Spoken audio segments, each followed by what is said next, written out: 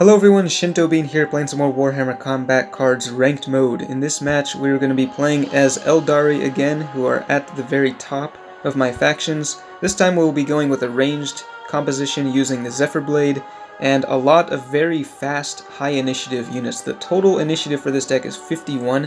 I made it that high specifically to counter Captain Badrock, who is really annoying to deal with. And as long as we get the first turn against Badrock, I think this deck has a better chance of winning. I just got the Crimson Hunter to level 3, so it is now very strong, and that is kind of the centerpiece of this deck. I've also got the Wraith Fighter, which is quite good, with a decent Psionic Blast. And then the Jet Fighter, the Razor Wing. I don't normally use this one. I prefer the Warwalker because it has a melee attack, and it is better able to boost your ranged attack with its scout ability, but because it's very slow, the Razor Wing is better if you just want high initiative. Got two snipers in here, the Ranger and Death Jester. Those both have good stats for their cost. And then we've got three fodder units, the Scourge, the Wind Rider, and the Dire Avenger. So let's go ahead and deploy and see how this works out. So according to my profile, the Zephyr Blade is actually the warlord I've played the most over my career, which is kind of surprising because I really haven't played it very much over the past few months. But we're up against Space Marines here with Watch Captain Artemis leading the enemy forces. We have to deploy first. We're just going to put down some of our weaker units here at the beginning. It doesn't really matter if these guys die, because their deaths will charge up the battle focus of our forces, increasing their ranged attack. And we got Joffrey here on the field. This guy has a lot of health at level 7. Okay, and we'll just put down the Scourge. I do like the Scourge quite a bit. I think as a glass cannon, it deals a lot of damage for its very low cost. Okay, so they've got a mix of ranged and melee units. The Salamanders Captain in the center. This guy got a pretty decent boost to his stats recently. Alright, and we're just going to start off with a ranged volley. So they don't actually have the maximum number of bodyguards, but I am going to save my higher health units for last, or at least try to. We'll put down the Razor Wing. Debating where to put it. I'll just put it over here. I have a number of outflanking units in this deck, and outflank does not really stack all that well if you use multiple outflankers in the same turn, especially if you have the trait at a higher level. These just have the level 1 trait, so it's not that big of an issue.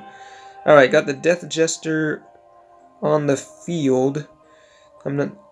Target acquired is kind of annoying to deal with. It's kind of difficult to use effectively here. This is not a very good use of it because we're doing way too much damage to the unit that's getting targeted. I probably should have targeted the center lane. But the enemies still don't have much to counterattack with, so it's not that big of a deal. Alright, so they've got a Sanguinary Guard. This guy has a taunt for 2 turns. And they are dealing a fair bit of melee damage, is one of the weaknesses of this composition. All these aircraft, of course, they do not have any melee attack. So we're just going to keep going with the ranged attacks and try to take down these guys. There's 2 more bodyguards in reserve. Curious to see what their bigger units are. Okay, this guy, Torah Garrodon, this guy got a good boost to his melee damage this season. This guy here is only at level 3, so he's not too bad. At level 5, he deals over 70 damage, which is pretty crazy. He also has a shield, so we're going to have to deal with that. I am going to put down... Let's put down the Wraith Fighter. Putting down our high health units here. And we'll just go ahead and deploy the Crimson Hunter as well. The Psionic Blast will take down that shield, and we should be able to dish out quite a bit of damage here. this round. Okay, 301 total damage, and a little bit more actually because we're taking out the captain.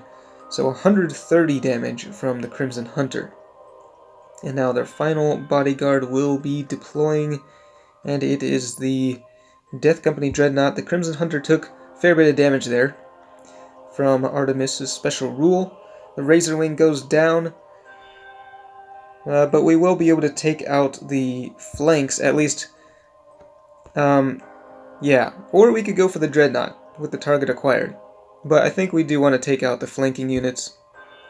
It's usually better, I think, trying to isolate the Warlord. So, yeah, we'll be killing this guy, the Priest, in one shot from the Ranger, and also taking down Torah Garrodon. Pretty straightforward match, but yeah, this composition, it's pretty straightforward, predictable, easy to use, and I don't think it is as strong as the Death Blow Avatar combo, and it's not quite as fun, I think, but nonetheless, if you have the units to back it up, the Zephyr Blade can be pretty strong. So go ahead and take down Artemis here, should be able to do it in one volley. Okay, 227 damage to the enemy Warlord. So victory for the Aeldari. Let me know if you have been playing as the Zephyr Blade recently, and how it's been working out for you. I do want to try to face Badrock with this composition specifically. I think, because Badrock players tend to use those like high initiative vehicles, like the Dakajet, the buggies, so I think their overall initiative can be like 50 or 51. This one has 51 initiative exactly, so I believe if the initiative value is equal, then you get to take the first turn. Correct me if I'm wrong about that, but yeah. Anyway, that is the Zephyr Blade with the Crimson Hunter at level 3 for you.